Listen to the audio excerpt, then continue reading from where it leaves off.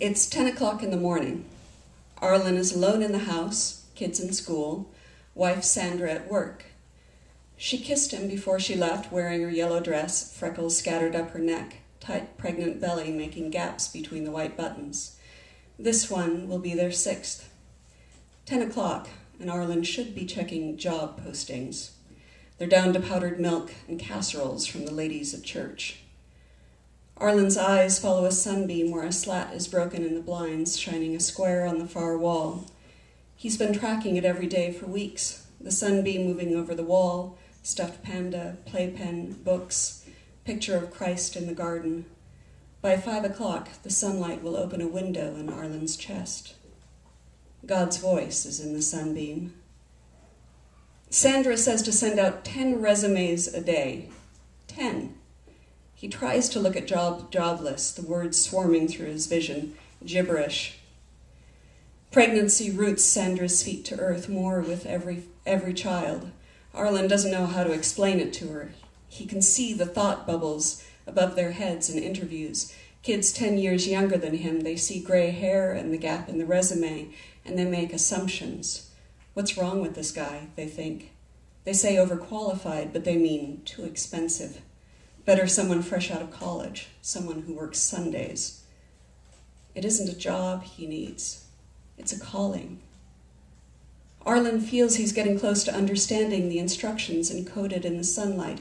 If he listens just right, he'll crack the code. God's voice is in the light, in the chatter of sprinklers outside, in the naked brunette on her knees on his computer. Arlen places a hand over the screen, light edging his fingers. Pornography is a sin, isn't it? Arlen's phone clangs and he jumps, his hand prickling with static as he pulls it from the screen. I'm here. It's Joe, that hearty exclamation point at the end of his text. Arlen closes his eyes, the loose thread of revelation slipping away. He stands, pinching the crease in his pants, shaking them straight before opening the front door. Arlen squints at Joe on his front porch. Joe's gotten thicker, meatier. 5 years since they've seen each other. At Joe's parents' house, paper plates in the backyard by the pool. Joe and Sandra's heads tilted toward each other, Sandra holding her plastic fork in front of her mouth, a blush bleeding into her cheeks. Was she pregnant then? No. Kaylee was already a year old, riding on Arlen's shoulders, screaming laughter as he galloped around the pool. Joe's hand shoots out to clap Arlen on the shoulder. You need some sunshine, man. Sandra had called Joe, asked him to see if he could help Arlen with a job while he was in town. No wonder, thinks Arlen, welfare is next, that wet stink of poverty. Joe leads Arlen to his giant SUV, crouching above and behind Arlen's minivan in the driveway.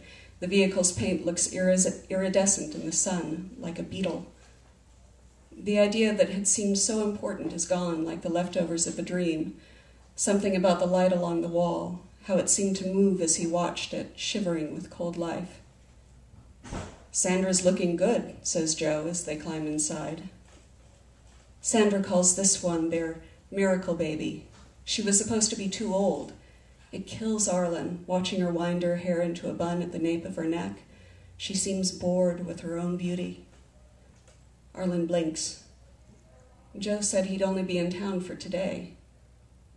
When did you see Sandra? Arlen imagines Joe's mouth at her neck, his block of hand tangled in her hair. She's concerned, says Joe, downshifting as they start up the long hill. 6 kids, man.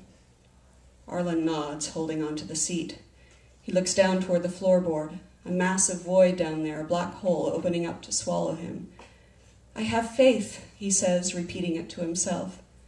Joe shoots a laugh through his nose. Faith without works, brother. You haven't asked where we're going. They're heading up the mountain, turning off the asphalt to an unpaved road, the SUV jouncing along the ruts. We brought Kathy Flood here, Arlen says, remembering it only as the words pop out of his mouth.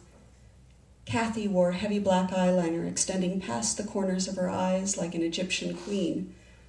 Wow, says Joe, clapping a hand on the steering wheel. Kathy Flood. Whatever happened to her? She wore a white dress under a black leather jacket. They'd stopped where the tracks petered out, overlooking the valley, the lights of town scattered from the lap of the mountain like toys. Kathy twirled in her battered Mary Janes, her arms up over her head. She twirled toward Arlen and kissed him on the mouth, leaning her body into his. He raised his hands to put them around her waist, but she lifted on her toes and twirled away, smiling, and put her arms around Joe's neck, kissing him. She ran one hand down Joe's back and reached behind her with the other, her fingers reaching for Arlen. Arlen took them, twining his fingers with hers while she kissed Joe. "When were you up here last?" asked Joe. Arlen shakes his head, maybe years. He remembers Kathy's body against Joe's. He stood close enough to smell their spit. "Look," says Joe.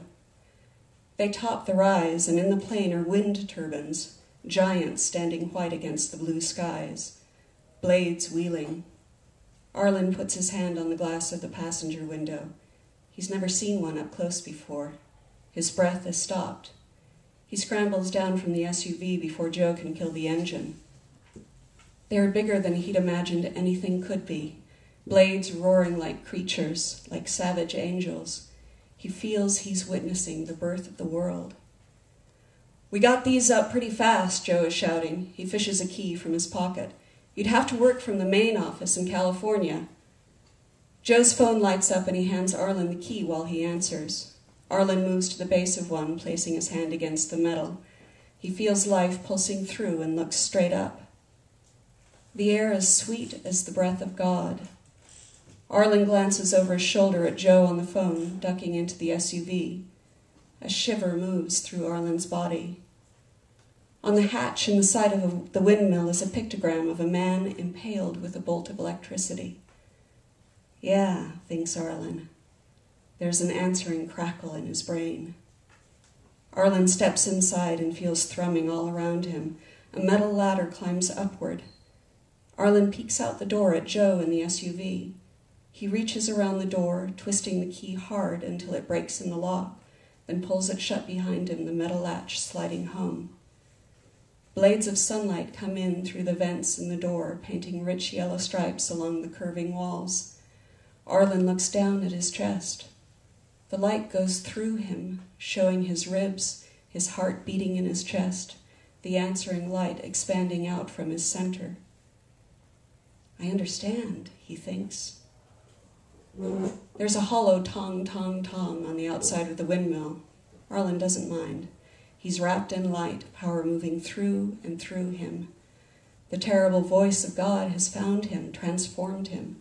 This is why I was made, thinks Arlen.